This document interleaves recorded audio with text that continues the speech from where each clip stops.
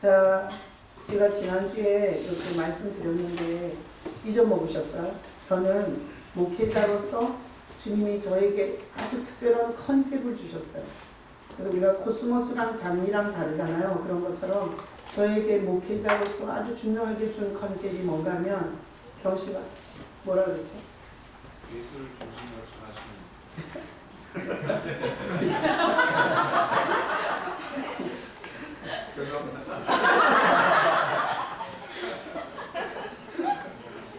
제가 지난주에 얘기했어요. 참과 거짓에 대해서 참 많은 특심이 있다. 그랬지? 생각났지? 뭘 그렇게 길게 대답해. 자, 여러분이 저를, 제 설교를 듣고 저의 이렇게 인도를 받으면서 참 우리 목사님은 참과 거짓에 대해서 많이 얘기한다. 이걸 느꼈어야 돼요. 그러니까 일반 목회자들이 이 주제에 그렇게 걸리지 않아요. 근데 하나님이 특별히 나에게 특심을 준 게 있어요. 참과 거짓이 있다는 것에 대해서 굉장히 강력한 감동을 주세요. 그래서 일반 목회자들은 그냥 교회 건물에 나오면 구원 받은 줄 알아요. 일반 목회자들은 교회에서 이렇게 헌신하고 충성하면 하나님이 사랑하는 줄 알아요. 근데 저는 그렇게 생각이 안 돼요. 왜? 저는 5년을 거짓 신앙생활이 뭔지를 경험했어요. 제가 그런 게 아니라 하나님이 나를 껍데기만 내용 없이 죽은 종교인으로 그렇게 5년을 교회 생활을 하게 하셨어요. 그리고 진짜 신앙이 뭔지 생명 자체이시고 구원의 근거이신 예수님을 제가 만남으로 참 신앙과 거짓 신앙을 경험하게 하신 거예요. 그러니 저는 목회를 하는 것은 성도들을 인도하는 건데, 그러다 보니까 계속해서 제 머릿속에는 성도들이 참이 되기를, 거짓 상태에 머무는 게 아니라 참이 되기를 끊임없이 성도들을 잡아 흔들 수밖에 없는 거예요. 그래서 제가 이게 일종의 사명이라는 생각이 들어요. 하나님이 나에게 주신 특별 사명, 신앙에 참과 거짓이 있다는 컨셉을 저에게 부어주신 거예요. 그래서 제가 여기에 대해서 굉장히 고통이 심해요. 성도들이 가짜인 것 같고 죽은 종교인인 것 같고 하나님이 주신 생명이 없는 것 같으면 괴로워서 제가 못 견디겠어요. 난 지금까지 목회하면서 돈이 없어서 걱정해보진 않았어요. 그리고 교회에 어떤 봉사가 필요한데 그 봉사의 자리에 사람이 없어서 고민해보지 않았어요. 근데 항상 하나님은 이 고민을 시켜요. 성도가 진짜인지 가짜인지를 점검해야 된다. 그리고 가짜들을 계속 진짜로 전환시켜야 된다. 교회 건물에 있는 걸로만 네가 안심하면 안 된다. 그러면 네가 영혼의 사기꾼이 될 수 있다. 주님께서 이렇게 나를 잡아 흔들어요. 그래서 저는 설교 중에 계속해서 거짓이 뭔지를 많이 말하고요, 참이 뭔지를 많이 말할 수밖에 없어요. 난 그래서 우리 교회 성도들도 거짓과 참에 대해서 하나님이 눈을 열어주실 줄로 믿습니다. 왜 그런가 하면 여러분을 이 교회에 인도하신 건 참 신앙과 거짓 신앙을 분별해서 여러분들도 저 같은 나팔수가 되게 하려고 데리고 오신 거예요. 제가 보니까 한 명도 제가 전도해서 온 사람이 없어요. 하나님이 똑같은 부르심이 있어서 여기 부르신 거예요. 난 여러분이 내 신앙이 진짠가? 내 신앙이 거짓은 아닌가? 내가 어떤 죽은 종교의 기회에 있는 건 아닐까? 이런 고민을 우리 성도들도 할 수 있기를 축복합니다. 그래서 오늘 본문에 보니, 오늘 본문에 보세요. 32절 읽어봐요. 예수에 대하여 무리가 수군거리는 것이 바리새인들에게 들린지라 대제사장들과 바리새인들이 그를 잡으려고 아랫사람들을 보내니, 자기가 박스 쳐요. 대제사장들 박스 쳐요. 그 다음에 바리새인들, 이거 한 명이 아니야, 여럿이야. 바리새인들 박수 치고, 그 다음에 그 밑에서 시라바리 뭐야? 이거 일본말이죠. 태영아 일본말이지. 시라바리. 그 밑에서 수종드는 아랫사람들 박수 쳐요. 자, 오늘 설교에서 중요한 주인공들이에요. 자, 대제사장들 박수 치고, 바리새인들 박수 치고, 아랫사람들 박수 치고. 자, 이 사람들은 종교인이에요. 제가 그렇게 가슴 아파하는 가짜들이에요. 빈탕들이에요. 죽정이들이에요. 하나님을 대적하는 자들이에요. 자, 거기다 박스 치고 옆에다 적어요. 종교인. 종교인이라고 적어놔요. 예수님께서 이 죽은 죽정이 종교인들 이들에게다가 예수님의 메시지를 이렇게 해요. 34절. 자, 34절 읽어봐요. 너희가 나를 찾아도 만나지 못할 터이요 나 있는 곳에 오지도 못하리라 하시니. 자, 거기다가 박수 쳐요. 아무리 너네가 찾아도 날 못 만날 거라는 거야. 그리고 내가 있는 곳, 예수님이 계신 곳에 절대 못 온다는 거야. 오지 못한다는 거야. 그래서 오늘 본문에 보니 이런 메시지예요. 종교인들은 예수님을 못 만나. 종교인들은 예수님이 계신 천국에 못 가요. 자, 그래서 오늘 이 말씀에 보니까 우리가 종교인으로 있는 거는 끔찍한 비극이에요. 교회를 메이커 교회를 다니고 수천 명, 수만 명이 다니는 교회를 다닌다 할지라도 내가 종교인일 때는 예수를 못 만나는 거예요. 그리고 예수님이 계시는 천국에 절대 못 가는 거예요. 제가 목회하기 전에 제가 교회가 뭔지 모르고 목회를 했는데 목회하기 전에 고민은 사람들이 올까? 그리고 내가 정말 이렇게 칼을 빼들었다가 호박도 못 찌르고 쓰러지는 게 아닐까 이런 고민을 했어요. 처음에. 그런데 이 목회가 깊어지고 진행되면 될수록 제 고민이 뭔가 하면 우리 교회에 종교인이 있으면 어떡하지? 지금 이 고민이 되게 많이 됩니다.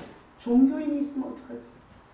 그 수많은 교회 중에 여기까지 와서 종교인으로 죽으면 어떡하지?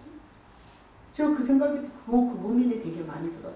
자, 오늘 거기다 박스 친 대로 종교인은 자, 예수를 만날 수 있어요? 없어요? 없어요. 그리고 예수님이 계신 천국에 못 간다고 예수님이 말했어요.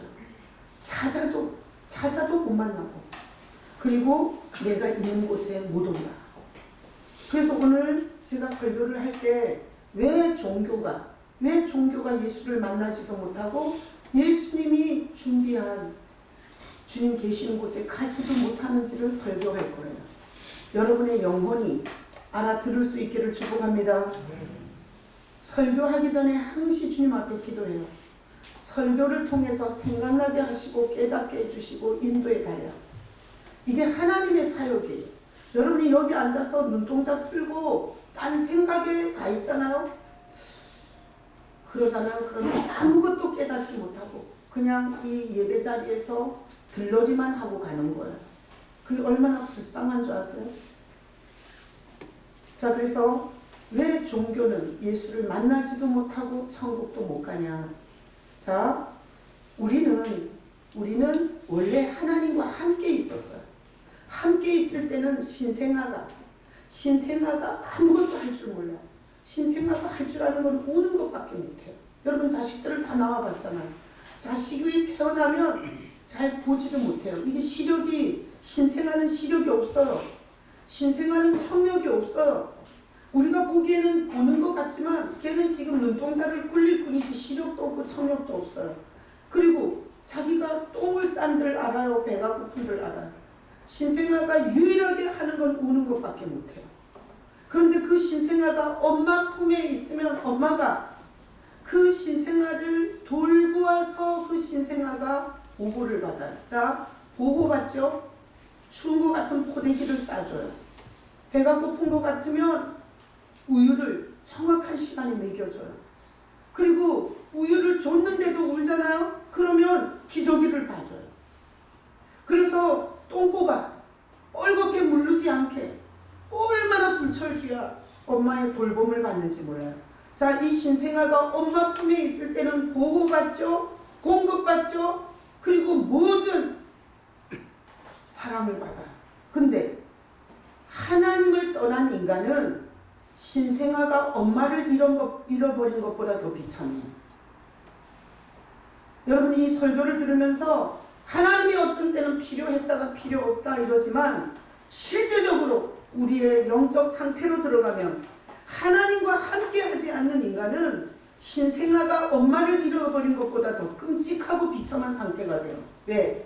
신생아는 엄마가 버리면 제가 보니까 영아원에 데리고 가서 키워주더라고. 국가기관에서. 몇 살까지? 4살까지. 그리고 나서 그 신생아가 영아원에서 4살까지 크고 그 다음 고아원으로 보내서 키워주더라고.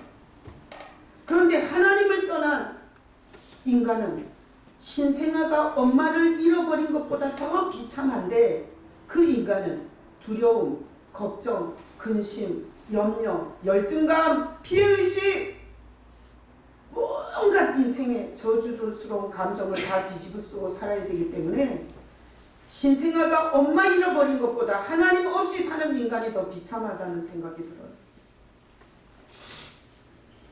자, 그래서 우리는 어떤 상태냐? 여러분이 믿거나 말거나 하나님과 떨어진 상태. 그러다가 하나님이 우리를 불쌍히 여기시고 하나님이 우리를 다시 만나려고 하나님이 길을 내세요. 자, 여러분 잘 보세요. 하나님을 잃어버린 인간은 자기가 하나님께 돌아가는 길을 닦을 수 있어요? 없어요? 없어요. 인간 편에서는 절대 그 길을 닦을 수도 없고 찾을 수도 없어요. 근데 하나님이 이 길을 내신 거예요. 그래서 오늘 본문에 보세요.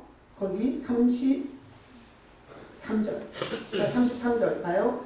예수께서 이르시되 내가 너희와 함께 조금 더 있다가 나를 보내신 이에게로 돌아가겠노라. 박수쳐요. 나를 보내신 이. 박수치고 돌아가겠노라. 박수쳐요. 자, 보세요. 이런 거예요. 자, 성경을 보면 그림이 그려져.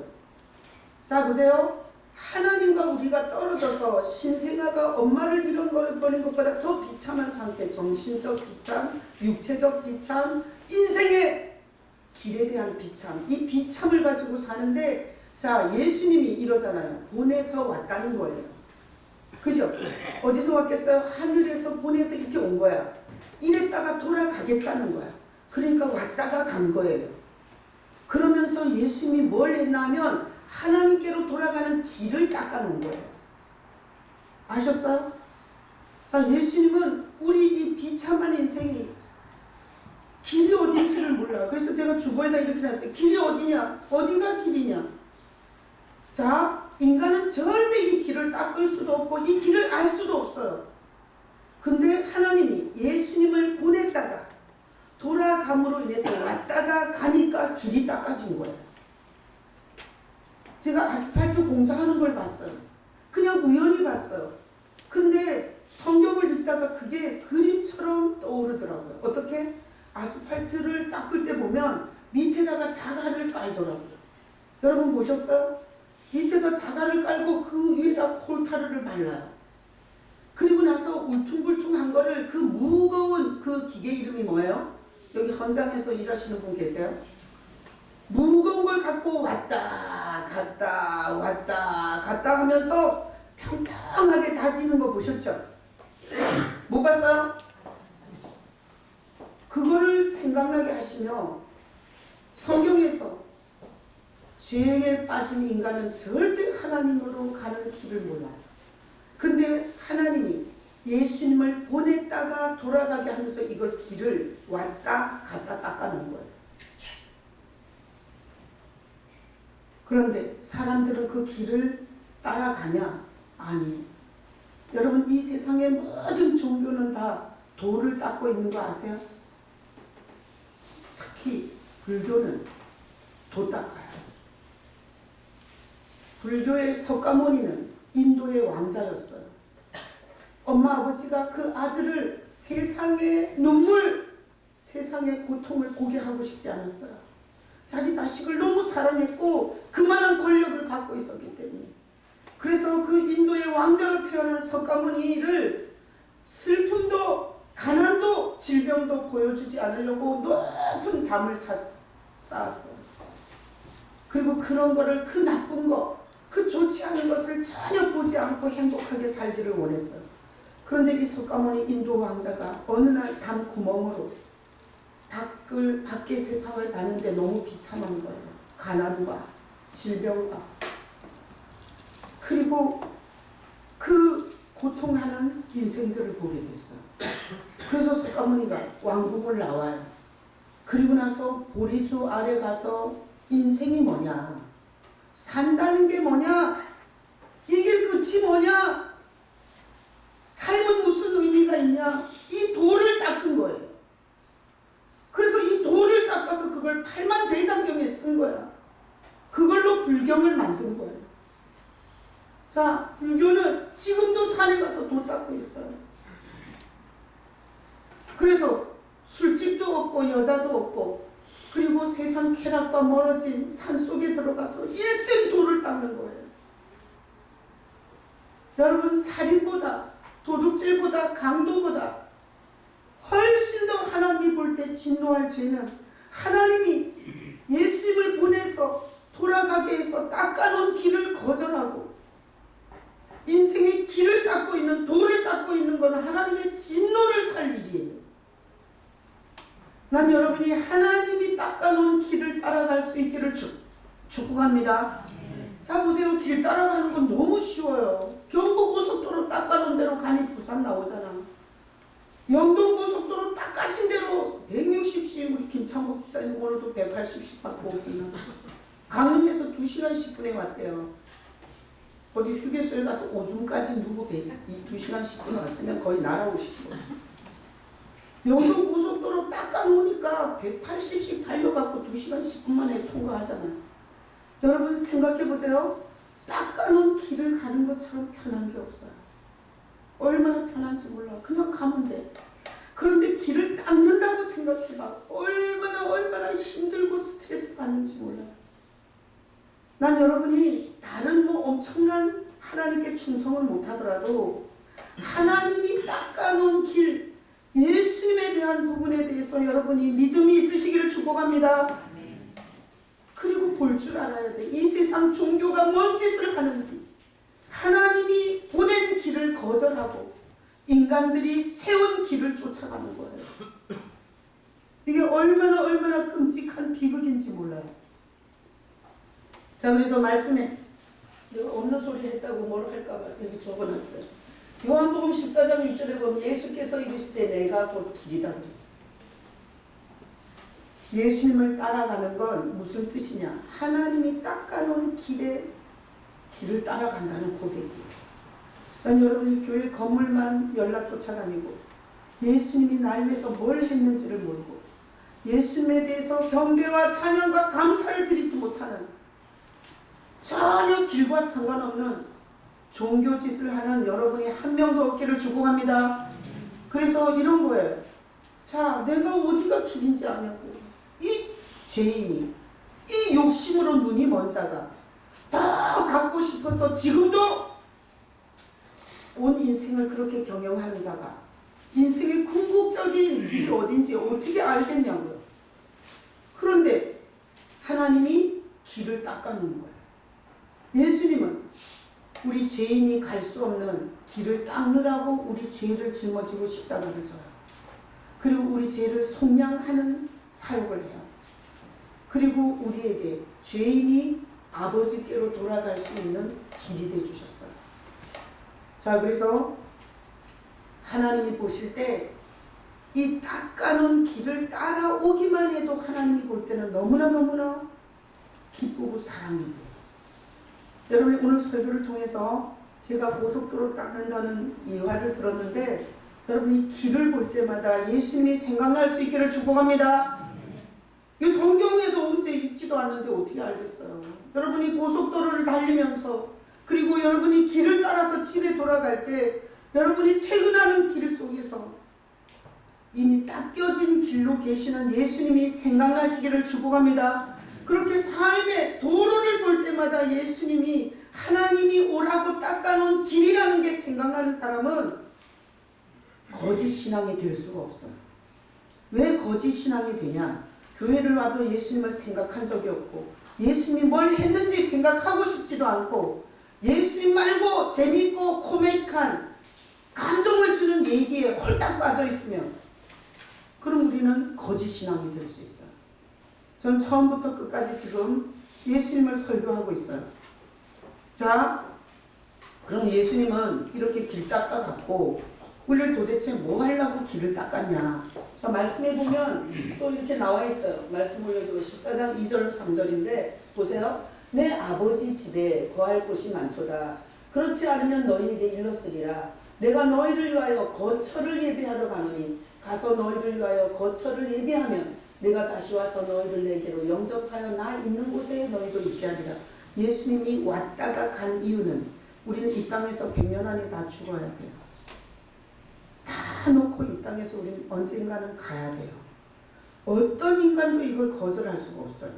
자, 그래서 예수님이 왔다 가면서 길을 하늘의 거처를 만들어 놓으신 거예요. 그래서 예수님은 길인데 무슨 길이냐? 하나님께로 돌아가는 길이에요. 그래서 너희도 나 있는 곳에 너희도 있게 하리라. 그래서 이런 거예요. 인생 별거 없어요. 흙집에서 눈물도 흘리고 상처도 받고 가난하게나 부자나 그리고 영광스럽거나 수치스럽거나 어쨌든 이렇게 살다가 언젠가는 100년 안에 이 땅을 떠나 갈 곳이 있어요. 근데 그 돌아갈 곳을 준비해 주신 분이 예수님이세요. 난 여러분이 교회를 다니면서 그냥 무당처럼 돈 놓고 돈 먹는 데인 줄 알고 맨날 돈 달라고 앞뒤로 흔들고 그리고 예수님이 뭘 해놨는지 몰라서 우울증에 걸리고 그리고 신앙의 회의를 느끼고 내가 달라는 걸 준 게 뭐 있어 이런 식으로 여러분이 불쌍한 신앙인이 되지 마시기를 축복합니다. 우리가 신앙에 요동하지 않고 흔들리지 않고 담대한 신앙인이 되려면 이 큰 그림이 있어야 돼요. 이 큰 그림이. 우리는 돌아갈 길을 몰랐어요. 하나님이 예수님을 통해서 그 길을 닦아놓은 거예요. 우리는 힘들 때나 어려울 때나 예수님을 붙잡고 살면 그분 자체가 길이에요. 그래서 그분을 통해서 우리는 아버지 집에 갈 수 있는 거예요. 아버지 집에 못 가면 어딘데? 불타는 지옥이에요.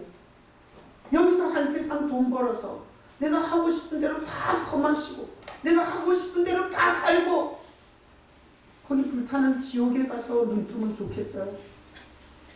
자, 그래서 예수님은 왜 왔다가 가면서 길을 닦았냐? 우리가 100년 안에 이 흙집이 무너지고 나면 영혼은 없어지지 않아요. 인간의 영혼. 그 영혼이 돌아갈 곳을 예비하러 와서 십자가에 죽고 그래서 우리 죄를 완전히 심판과 형벌을 자기 피로 해결하시고 가서 기다리고 계세요. 그래서 최명 집사님이 지금 87세인데 형님이 91세인데 목요일날 돌아가셨더라고요. 제가 최명 집사님하고 새벽 예배하고 이렇게 가면서 내가 교도소 집회가 이번 주에 3번 있는데 제가 다음 주에는 시간이 있으니까 형님한테 가서 충청도 저기 어디 병원에 계시네. 형님한테 가서 어르신 우리는 언젠가는 이 땅에 태어난 거예요. 어르신 91년 사신 거예요. 91년 동안에 하나님이 보시기에 여러 가지 우리가 생각하지 못하고 있는 인식하지 못하는 죄가 많이 있어요. 하나님께 돌아가기 전에 육신을 입고 있을 때 죄의 용서를 받으셔야 돼요. 예수님이 우리 죄를 용서하시려고 피 흘려 죽으셨어요. 그 예수님의 용서를 받아들이셔야 돼요. 그러면 어르신 하나님 아버지께로 돌아갈 수 있어요. 우리는 하나님 아버지를 닮은 존재예요. 우린 개돼지하고 달라요. 이렇게 가서 전하려고 했는데 목요일날 제가 천안교도소 가는 날 돌아가셨더라고요. 그래서 최무영 집사님이 가셔서 장례식을 치르고 오늘 예배 오셨어요. 어제 발이나. 근데 최무영 집사님 부인이 예전에 돌아가실 때 우리 성가대가 다 가서 제가 장례를 진례하고 그리고 성가대가 가서 새벽에 가서 찬양하고 마치 천국 한송신처럼 그렇게 장례식을 했어요. 그럴 때 그 형님이 은혜 받아가지고요. 우리 이쪽으로 오기 전에 저쪽에 있는 교회에 이렇게 몇 주 나오셨어요. 우리는 몰라요. 죽음은 영과 육이 분리되는 거거든요. 이 영과 육이 분리될 때 영적 실체가 확 깨달아질 수 있어요. 그래서 어렸을 때 교회를 다니면서 들었던 예수가 생각나서 그 순간에 구원받을 수 있어요. 우린 구원에 대해서 받았다 못 받았다 함부로 판단할 수 없어요. 죽는 순간에 예수님의 십자가의 대속의 은혜가 받아들여지면 구원받는 거예요. 그래서 우리가 성경에 보면 우편 강도, 일생 동안 강도짓 하고 살인하고 못된 짓은 있는 대로 하다가 십자가에 예수님의 우편에 걸렸어요. 근데 그 강도가 뭐 한 거 있어요? 예수님 쳐다보고 나를 불쌍히 여겨달라고, 당신의 나라에 임하실 때에 나를 기억해달라고 그렇게 부탁했을 때 예수님이 나번에 함께 있겠다 선포하니까 됐어요. 자, 우리는 장로가 되고 목사가 돼서 구원받는 게 아니에요. 예수님이 불쌍히 여겨주면 구원받는 거예요. 예수님이 우리를 쳐다봐주면 구원받는 거예요. 아무리 종교적 프로그램을 열심히 하고 온갖 종교 짓을 다 했다 할지라도 예수님이 예면하면 우리는 구원받을 길이 없어요. 나는 오늘 예배하면서 여러분들이 자 예배 자 보세요. 나는 전능하신 아버지 하나님 천지의 창조주를 믿습니다. 나는 그의 유일하신 아들 우리 주 예수 그리스도를 믿습니다. 예수님을 기억하고 고백하는 사도신경에 고백이 있었죠. 그리고 예수 우리 왕이여 이러면서 우리가 예수님을 기념하고 기억하고 그리고 찬양과 경배를 올려드렸어요. 그리고 우리 찬양 4절 했어요. 영원하신 주 예수 찬양합니다. 4번을 했어요. 4번을. 자, 예수님에 대한 대상을 정확하게 생각하고 여러분이 예배했다면 이것은 점점 더 주님과 가까워질 수밖에 없는 거예요. 근데 20년 30년 종교짓을 해도 대상은 없어. 누구를 향해 오는지를 몰라. 교회에서 왜 그 고백을 하고 왜 그 찬양을 부르는지를 몰라. 그래서 시키니까 그냥 하는 거야. 이런 죽은 빈탕 쭉정이 대상이 없는 죽은 종교적 예배는 주님에 대한 사랑이 안 생겨요. 주님에 대한 믿음이 성장하지 않아요. 주님에 대한 감사와 경배가 안 돼요. 그냥 막연히 기다리는 거야. 이렇게 나오면 뭐 복이나 좀 받을 줄로. 자, 그래서 우리는 대상을 분명히 잡고 신앙생활을 하셔야 돼요. 여러분이 대상 없는 예배자가 되지 마시기를 축복합니다. 내가 이렇게 귀한 주말의 시간을 주님 앞에 와서 이렇게 엎드려 찬양과 경배를 드리는 이유, 그것은 이미 하나님이 날 데려가려고 오셨다가 가신 이 은혜와 이 사실을 기념해드리고 그것을 기억해드리러 여러분이 올 수 있기를 축복합니다. 이런 자는 절대 지옥 갈 수가 없어요. 왜? 그 길을 붙잡고 있는 거기 때문에. 자, 다음 구절. 요한복음 17장 24절에 아버지여 내게 주신 자도 나 있는 곳에 나와 함께 있어 아버지께서 창세전부터 나를 사랑하심으로 내게 주신 나의 영광을 그들로 보게 하시기를 원하옵나이다. 잘 보세요. 말씀이 복잡하지만 이런 뜻이에요. 자, 예수님이 지금 어딘가 계시죠? 어딘가 계시잖아요.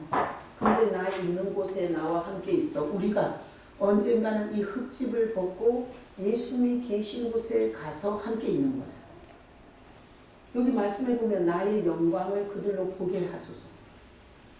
자, 예수님은 우리가 이 땅에 흙집에서 살 때는 빙신같이 나무에 달려 죽어요. 오늘 박스친 대제사장과 바리새인들과 그의 졸개들이 따귀를 때렸어요. 침을 뱉었어요. 그리고 십자가형을 때려서 죽였어요.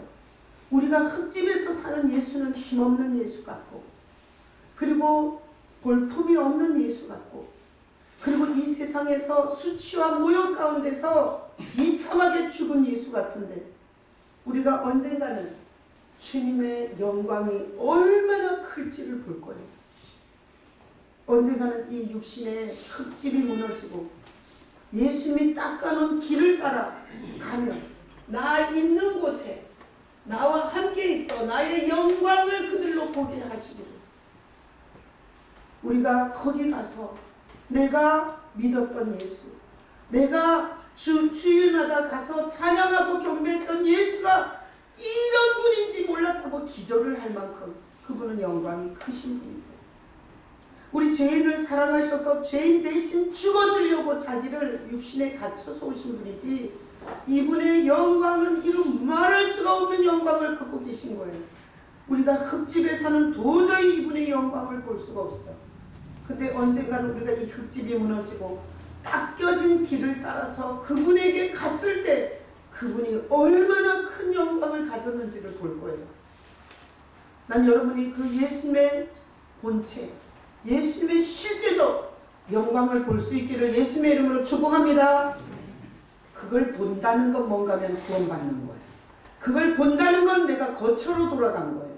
그걸 본다는 건 하나님이 줄 수 있는 최고의 영광에 이른 거예요. 자, 그래서 종교는 이런 거예요. 종교는 대상이 없이 지 멋대로 길을 닦는 거예요. 자, 여러분이 인생도 마찬가지. 인생도 주님이 주신 길을 따라가는 거예요.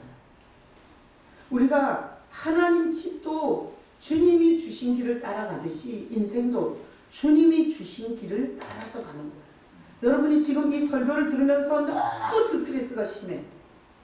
아주 일주일 동안 미쳐 죽는 줄 알았어. 그래서 막 내가 막 쓰러질 것 같아. 그러잖아요. 그러면 자기 길 닦느라고 그런지 몰라. 안 그래요? 주님이 주어진 길을 가는 게 아니라 자기가 길 닦느라고 그렇게 힘들고 그렇게 쓴뿌리가 원망이 감사가 안 되고 계속해서 하나님하고 실빙이 하는 거 아닐까요? 제가 우리 딸이 내가 돈이 없는 상태에서 의대를 갔어요. 그리고 그 의대에 가서 방값이 너무 비싸. 의대를 갔는데 의대 앞에 너무 방값이 비싸. 근데 그때 CCC에서 이렇게 사랑방이라는 걸 운영했어요. 그래서 우리 딸이 그 사랑방에 가서 사니 방값이 안 나갑니다. 그리고 CCC 그 단체에서 얘가 개인장이 이렇게 같이 이렇게 신앙생활을 했어요. 그러다 보니 얘가 CCC 단체는 선교단체예요. 대학생 선교단체. 그러니까 거기서 계속 들은 게 선교예요. 그러니까 얘가 공부하면서 오직 한 가지, 얘가 옆도 자도 안 보이고 얘가 가진 길이 있었어요. 어떤 나라 이런 거 인터넷에 얘기하면 안 된다 그래서 어떤 나라에 병원에 의료 선교사로 굳세게 정하고, 그리고 절대로 주님이 기뻐하는 길이라고 믿고, 그리고 얘가 그 길을 굳세게 갔어요. 그리고 전문의만 되면 얘가 수시로 그랬어요. 엄마 휴학하고 나 거기 먼저 가고 싶어 그랬어요.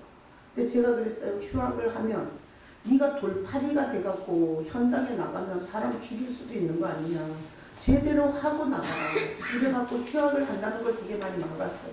그래서 그냥 지 코스대로 휴학을 안 하고 전문의를 땄을 때 걔는 꼴곱게 그 나라의 그 병원 의료 선교사 이걸로 지금까지 살았기 때문에 그렇게 가기로 결단을 했어요. 근데 거기에서 막 총기 사건이 있었어요. 뭐 이렇게 한국 사람 선교사들을 총으로 쏴 죽였어요.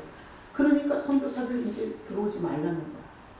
그래서 얘는 절대 그 길을 가려고 계획을 다 해놨고 한 번도 다른 길을 생각해 보지 않았는데 거기 그쪽에서 막혔어요. 그래서 우리 딸이 미국으로 공부학원을 가기 전에 제가 1박 2일로 이렇게 사역하느라고 바쁘니까 이게 가족들하고 있을 시간은 없었어요. 그래서 걔를 데리고 어느 펜션에 가서 이렇게 1박 2일을 같이 있었어요. 그래서 그때 우리 딸이 거기가 골프장이 있는 그런 펜션이었어요.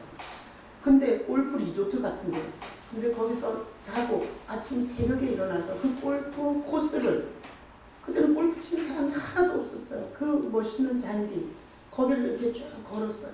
근데 우리 딸이 이러더라고요. 엄마, 나는 지금까지 올곧게 하나만 생각하고 왔어. 의료 선교사. 근데 내가 이 길이 막혔잖아. 내 인생 전체가 다 막힌 것 같아.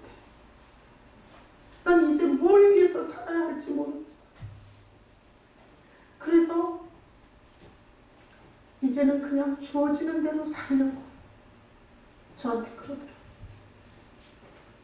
그런 딸한테 제가 이렇게 말했어요. 내가 옆에서 너를 보니 너는 성교 우상에 빠진 것 같았어. 제가 이렇게 말해줬어요. 어떤 얘기도 듣지 않고 나는 너가 성교 우상에 빠진 것 같았어. 나는 하나님이 이 길을 막은 것은 그건 네가 길 닦으려고 한 거고 하나님은 너를 향해서 다른 길을 준비했다는 생각이 많이 들었었어. 근데 네가 듣지도 않고 그리고 전혀 생각하지도 않았기 때문에 얘기해 줄 수가 없었어. 근데 네가 이제 길이 막혔다고. 이제 내 길이 완전 막혔다고. 그래서 이제는 주어지는 대로 살 거야. 이러니까 엄마는 너무 반가워. 주어지는 대로 살아봐. 하나님이 계획한 길이 나올 거야. 내가 이렇게 얘기를 했어요. 실제로 전혀 자기가 의료 선교사라는 목표를 향해서 뒤도 돌아보지 않고 가던 인생을 하나님께서는 상상할 수 없는 길을 지금 걷게 하고 계세요. 인생에서 너무 스트레스가 극한 건 자기가 원하는 길, 자기가 보기에 좋은 길, 자기가 성공이고 영광이라고 생각하는 길을 따르라고 그런 거예요. 나는 사랑하는 성도들이 우리가 하나님께로 돌아가는 길도 예수님의 길을 따라가시고 여러분의 인생길도 하나님께서 주어지는 길을 따라갈 수 있기를 예수님의 이름으로 축복합니다. 너무 애쓰지 마요. 너무 삽질하지 말라고. 너무 되지 않는 일을 매달려서 죽을 때까지 상하지 마요. 그래서 하나님께로 가는 길도 내 인생길도 내가 닦을 수가 없어요. 여러분, 내가 성공이라고, 내가 영광이 될 줄 알고, 내가 행복할 줄 알고, 내가 그래야 될 것으로 알고 길 닦다가 영혼이 망하고 가정이 망하고 인생이 망하고 자식이 망하고 그런 경우를 우리 주변에서 엄청 많이 볼 수 있어요. 우리가 생각하는 그 바른 길, 그 좋은 길, 그 영광의 길이 오히려 나를 망치고 그리고 우리 가족을 다 하게 하는 길일 수도 있어요. 그래서 나는 오늘 이 설교를 들으면서 절대 길은 내가 닦지 않겠습니다. 난 이런 고백을 여러분이 다 할 수 있기를 축복합니다. 인생길이든 구원의 길이든 여러분이 닦지 마세요. 하나님이 닦아놓은 길로 따라가시기를 축복합니다. 자, 다음 구절. 그 영광이 요한계시록에 보면 나와요. 자, 내가 또 들으니 하늘 위에와 땅 위에와 땅 아래와 바다 위에와 또 그 가운데 모든 피조물이 이르되 보좌에 앉으신 이와 어린 양에게 찬송과 존귀와 영광과 권능을 세세토록 돌릴지어다. 자, 제일 마지막 성경에 보니까 보좌에 앉으신 이와 어린 양에게 모든 피조물이 다 엎드려. 그리고 찬송과 존귀와 영광과 권능을 세세토록 돌려. 그러니까 모든 피조물이 어린 양에게 엎드릴 만큼 예수로서는 엄청난 하나님이 우리를 대속한 거예요. 그래서 제가 이런 생각을 해봐요. 모든 피조물이라면 코스모스도 엎드리는 거 아니에요? 왜? 우리가 보는 꽃도 주님이 만드셨으니까. 그러니까 꽃들도 엎드리고 동물도 엎드리고 그리고 모든 인생이 다 그분 앞에 엎드리는 분이 예수님이세요. 그러니까 이 요한계시록의 어린 양에 대한 이 경배 천의 만만의 천사들이 다 엎드려요.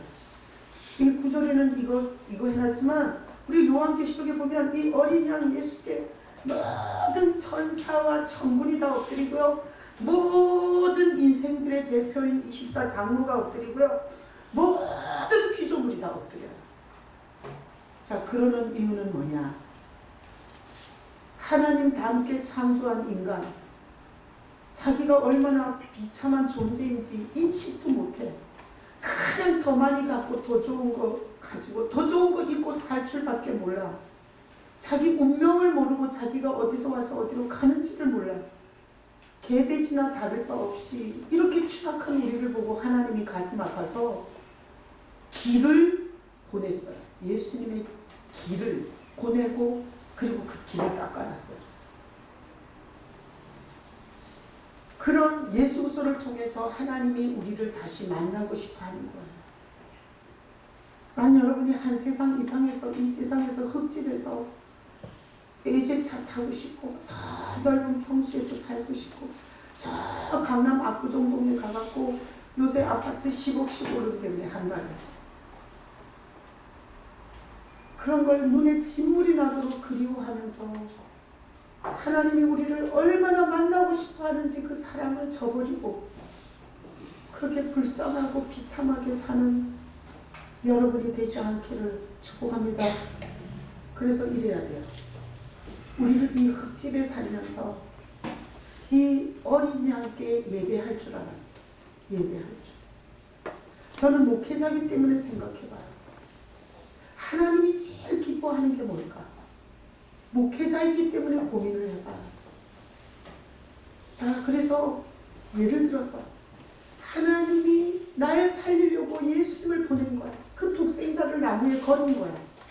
그리고 칼갈이 찢겨서 예수님은 끝까지 우리를 살리려고 그 못을 뽑지 않아요.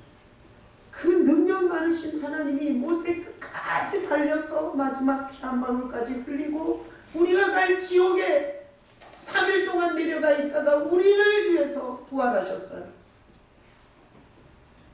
자, 하나님이 우리를 그렇게 만나고 싶어서 그렇게 자기 아들을, 왜 예수님을 아들이라 그래요? 우리가 아들 돼야 되니까. 그 아들을 그렇게 보냈는데 예배는 뭐냐? 예배는 그걸 기억하고 기념해 드리는 거예요. 그래서 제가 하나님이 가장 기뻐하는 게 있다면 예배일 것 같아요. 예배. 하나님이 거지예요. 우리가 돈 안 들이면 하나님 나라가 무너지나? 하나님이 가장 기뻐하는 게 기도일까요? 금식기도, 철야기도, 밤기도, 새벽기도. 그렇게 하나님이 기도를 좋아한다면 무당이 더 열심히 기도해. 불교 신자들은 새벽에 얼마나 열심히 절을 하면서 기도하는 줄 알아요? 하나님이 그렇게 열심히 기도하는 걸 좋아하나? 하나님이 돈이 부족한 분이어서 돈 갖다 바치면 이렇게 입이 찢어지시는 분인가? 제가 목회자이기 때문에 고민해 봤어요. 하나님이 정말 기뻐하는 게 뭘까? 그랬더니 기도하면 만나주겠다, 봉사하면 만나주겠다, 선교하면 만나주겠다 이런 말은 없는데 예배하는 자들을 찾으시는 이라가 있더라고요. 그래서 제가 예배를 생각해 봤어요. 예배가 뭐냐? 예배는 내 유익을 얻기 위해서 오는 게 아니에요. 예배는 하나님이 이미 길 닦아놓은 그 아들 예수 그리스도가 하신 일에 대한 기념이고 기억이고 찬양이고 존귀고 그리고 경배예요. 자, 찬송과 존귀와 영광과 권능을 세세토록 드려요. 그래서 저는 인생에서 지금 돌아보면 하나님의 은혜였던 것 같아요. 하나님이 가장 좋아하는 거는 잘하는 것도 없고 돈도 없고 드릴 것도 없고 도움도 안 돼요. 근데 제가 첫 시간 주님이 하신 일을 기억해드리고 주님이 하신 일을 기념해드리고 그리고 주님을 기쁘시게 하는 예배를 드려야 되겠다라고 그렇게 했어요. 근데 믿거나 말거나 지금 제가 제 삶을 살면서 하나님이 줄 수 있는 모든 복을 나는 다 받았다는 생각이 들어요. 모든 복. 내가 우리 아들이 며느리를 만났는데 나는 제일 좋은 며느리를 주셨다고 생각해요. 만남의 복. 딸이 사위를 만났는데 어떻게 그런 만남을 계획하시고 주셨을까? 내가 한 건 뭐 돈 들인 것도 없어. 드릴 게 없어서 맨날 빚더미였고 맨날 대출 인생이었어요. 그러니까 드릴 물질이 없었어요. 11조를 도둑질한 적은 없어요. 아무리 힘들어도. 자, 내가 드릴 게 없어. 그래서 예배를 드렸어요. 예배를. 근데 지금 돌아보니 하나님이 줄 수 있는 만복을 다 주셨는데 만나야 할 때 가장 좋은 사람을 만나게 했고, 그리고 인생에서 필요한 물질을 한 번도 남한테 구걸하면서 비참하게 얻게 하지 않았어요. 교회를 건축할 때 중국으로 들어가는 건축 헌금을 보내주셨고요. 교회를 이전할 때 돈이 없었어요. 지나가던 어떤 다른 교회 권사가 2천만 원을 헌금을 하고 갔어요. 제가 교육관을 뺄 때 어떤 성도가 자기가 지금까지 훔친 11조를 한꺼번에 내겠다고 3천만 원을 헌금을 해주셨어요. 나는 한 건 예배밖에 없는데 아무것도 할 게 없어서 그냥 하나님이 우리를 위해서 보내신 그분을 기억해드리고 기념해드리고 찬양해드리고 고백해드리고 예배밖에 한 게 없는데 하나님은 줄 수 있는 모든 은혜를 내 인생 전체에 다 주셨어요. 그래서 나는 성도들이 예배자가 됐으면 좋겠어요. 예배의 비밀을 알면 금식 기도하고 고래고래 소리 지르지 않아도 쉽게 주시더라고요. 쉽게 주시고 잘 주시고, 그리고 구하기 전에 주시고. 참 이 예배가 얼마나 큰 비밀이 있는지 몰라요. 근데 잘 생각해봐요. 우리는 가장 먼저 예배 시간을 없애버려요. 살만해지면 가장 먼저 없애는 게 예배 시간입니다. 그래서 제가 오늘 이 종교인은 대상 없는 예배예요. 자, 진짜 성도는 하나님이 길 닦아준 그 길이 되신 예수님에 대한 경배와 찬양과 감사가 예배예요. 하나님이 하늘에서 보실 때 하나님이 하신 가장 큰 일이 독생자를 죽이는 일. 누구 위해서? 우리를 위해서. 다시 만나고 싶어서. 우리가 다시 돌아갈 거처를 마련하기 위해서 독생자를 보내신 거예요. 그걸 기억해서 찬양과 경배를 드리는 성도를 하나님이 본다고 생각해봐요. 얼마나 하나님이 기쁘실까요? 그래서 난 여러분이 예배의 비밀이 열리시기를 예수님의 이름으로 축복합니다. 사람들이 다 교회를 찾을 때는 자기 유익을 얻기 위해서 오는 거예요. 예배는 산 제물로 나를 드리는 영적 예배라 그래요. 너희 몸을 하나님이 기뻐하시는 산 제물로 드리라. 이건 내가 없는 거야. 산 제물이 뭔가요? 살아있어. 근데 날 위한 게 아니야. 이게 산 제물이에요. 내 돈을 더 얻기 위해서, 그리고 내가 더 성공하기 위해서, 내가 더 출세하기 위해서 오는 게 아니에요. 그냥 하나님이 하신 일에 감사해서 드리는 게 예배예요.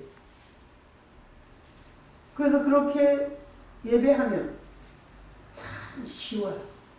제가 지금까지 살아보니까 그렇게 예배하니까 우선순위를 예배에 드리고, 가장 첫 시간을 예배로 드리고, 그리고 여러분들이 새벽 예배 못 오시는 분은 그냥 설교 말씀 틀어놓고 설거지하면서 빨래하면서 듣지 마시고, 새벽 예배를 여기까지 못 오시는 분은 자기가 예수 우리 왕이여 찬양을 드려 집에서, 아니면 출근하면서, 그리고 나서 주님 나에게 말씀해 주시옵소서, 그리고 설교를 들어요.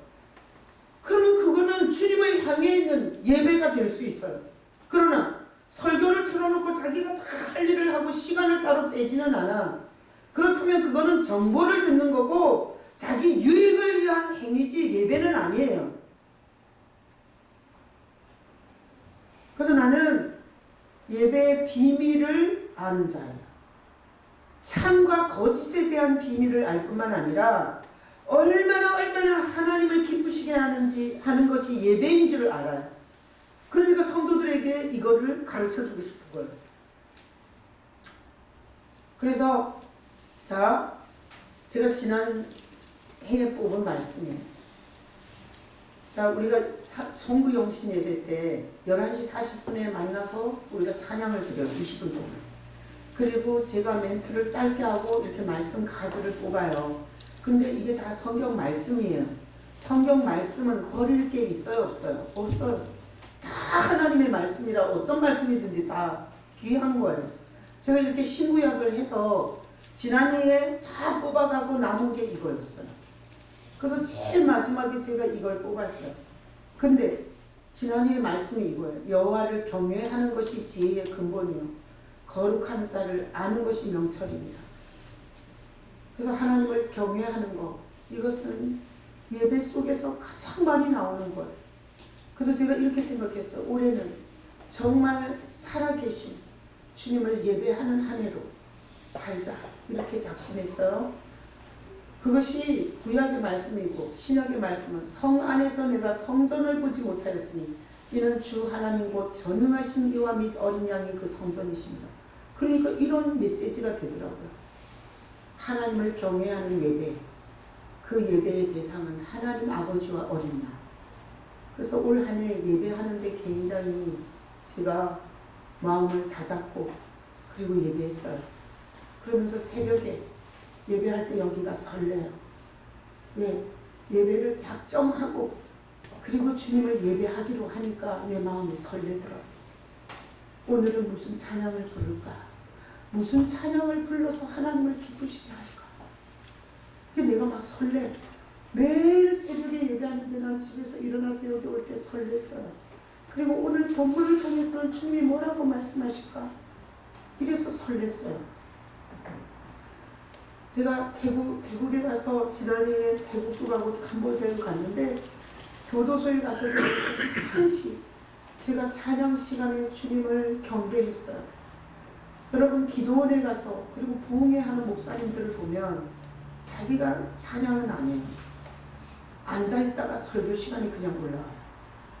제가 볼 때는 그건 굉장히 망령된 짓이에요. 설교자라고 해서 주님을 경배하지 못하는 건 말이 안 되죠. 근데 이렇게 교도소든지 교회에서든지 항상 주님을 이렇게 경배하고 찬양하는 가운데 정말 한 해 동안에 많은 은혜와 지혜와 명철을 부어주시더라고요. 그래서 2020년은 굉장히 불확실한 해가 될 거예요.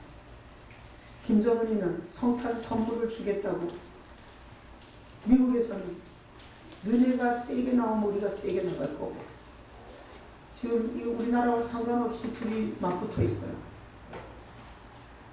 이율이 낮으니까 돈이 갈 곳이 없어서 지금 서울 아파트들은 한 달에 10억씩 오른다고 해요. 그게 계속 지속될까요? 이런 불확실한 시대에 나는 2020년을 준비하면서 내일 주님 앞에 예배하며 여러분이 말씀을 받아서 쓰레기통에 집어넣으면 무슨 소용이 있겠어요? 하필 그 많은 말씀 중에 나를 그 말씀을 뽑게 한 이유를 생각해 봐야 되지 않겠어요? 하나님과 이 죄인의 관계에서 하나님은 끊임없이 우리한테 메시지를 해요. 사고를 통해서도 하고 질병을 통해서도 하고 그리고 물질적 손해를 통해서도 하고 상처를 통해서도 하고 어떤 인간을 통해서 욕먹이면서도 해요. 하나님은 우리에게 수도 없는 메시지를 해요. 가장 확실한 말씀은 말씀을 들을 때 하시는 거예요. 그래서 어떤 사람은 자기가 듣고 싶은 말씀을 오늘 하나 이렇게 듣는 사람이 있어요. 이런 사람은 절대 메시지를 못 들어요. 하나님은 전혀 내 형편에 상관없는 큰 장기적 얘기를 할 때가 있어요. 오늘 그랬잖아요. 도 닦지 말라. 여러분은 지금 내 부동산이 오르나 안 오르나 지금 걱정하고 있는데 나는 강단에서 개인적 길을 닦지 말라 그랬어요. 하나님이 하는 말씀을 내가 듣고 싶은 대로 들으려고 하면 한마디도 못 듣는 거예요. 하나님은 지금 상황, 관계가 없는 큰 그림의 메시지도 하고 그리고 우리가 지금 선택하는 문제에 대해서 원칙 하지 말아야 할 생각 이런 것에 대해서도 말씀하세요. 그래서 저는 여러분이 잘 살았으면 좋겠어요. 평안했으면 좋겠어요. 너무 스트레스를 받아서 여러분이 질병에 걸리고 간암에 걸리고 난 이러면 너무 속상할 것 같아요.